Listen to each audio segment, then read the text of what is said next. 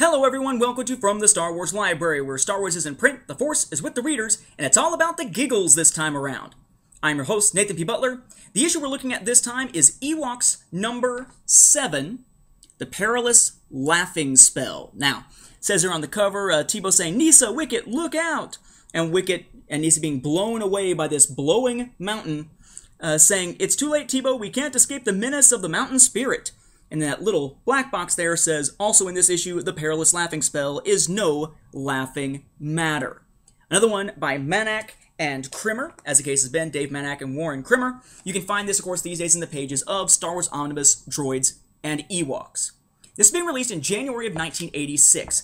Finally, we have 3 different Marvel series going at the same time. We have the regular Marvel series, we have the Droid series that began back in December of '85, and we have Ewoks going here. However, there's no new Ewoks and Droids on television right now because they're between the first and second seasons of Ewoks at this point, and Droids is between its first season and its television special. So it's an odd time to be reading Ewoks and Droids stories this time around.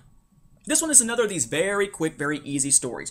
Basically, while playing around, while they're gathering up fruit and whatnot, or honey melons, fruit, you have Wicket and Nisa and Tebow playing around in the water. Tebow goes off while they're playing in the water, and he's going to go and play around with poetry, because apparently Tebow is a poet, and we didn't know it. He comes upon some laughing birds called loonies, and winds up trying to catch one, winds up pulling a feather off and sticking it in his cap, perhaps calling it macaroni, or the Ewok equivalent thereof. Problem is, it makes him go zoink, and I like the way they draw his eyes here, where his eyes are kind of like both pointing toward his nose. He goes cross-eyed there like zoink, because this causes him to get hit with the Perilous Laughing Spell.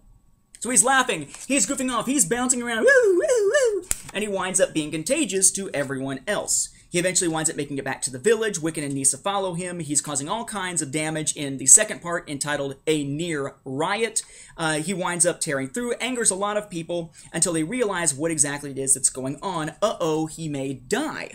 So Logray is able to pull the feather, realizing that this isn't going to be an easy solution, because, as he says, even though I can rid him of the feather, I fear that the spell over him may last forever. This could be a horrible thing, and Logray says he knows of no cure. But legend tells of a being at the top of Mount Sorrow, whose tears have a powerful effect that could reverse such spells.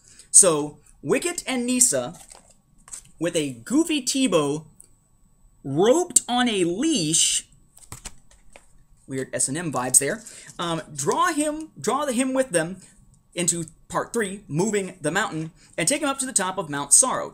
Basically, at the top of Mount Sorrow, the mountain itself is alive, very much maybe like those rocks we saw a few issues back in Rainbow Bridge, the first issue of this series. And the idea is that Tebow has to be worthy of the tears in order to be cured.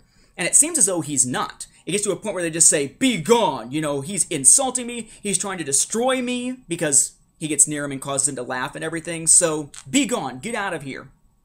He winds up saying be gone and blowing, as in the cover, against Wicket and Nisa, who are about to fly off the cliff until Tebow winds up saving them. And he basically says, look, you know, I'd rather spend the rest of my life like this, the laughing spell, than to risk losing you again.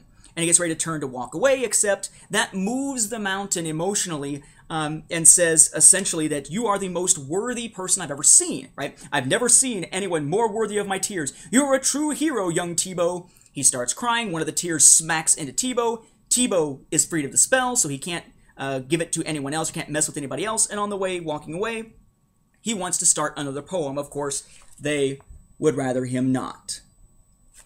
Another goofy little issue and another instance of living landscape. This time, or sentient landscape, for that matter. Crying landscape at this time. I wonder how much Mount Sorrow knows about the crying game, but that's a whole nother thing.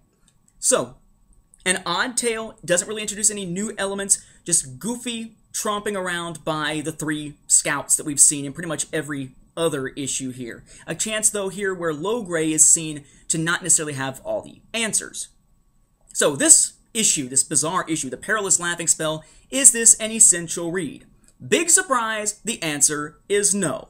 Not for pretty much anyone. Collect it if you're a collector, but that's about all you're probably going to be catching up to this for, unless you have kids and trying to get them into Star Wars comic reading, though these days I'm not sure if modern kids would really be all into this sort of storytelling, but hey, I could be wrong. Don't have any of my own. With that, we'll wrap up this episode. Thank you for watching, and may the Force be with the readers.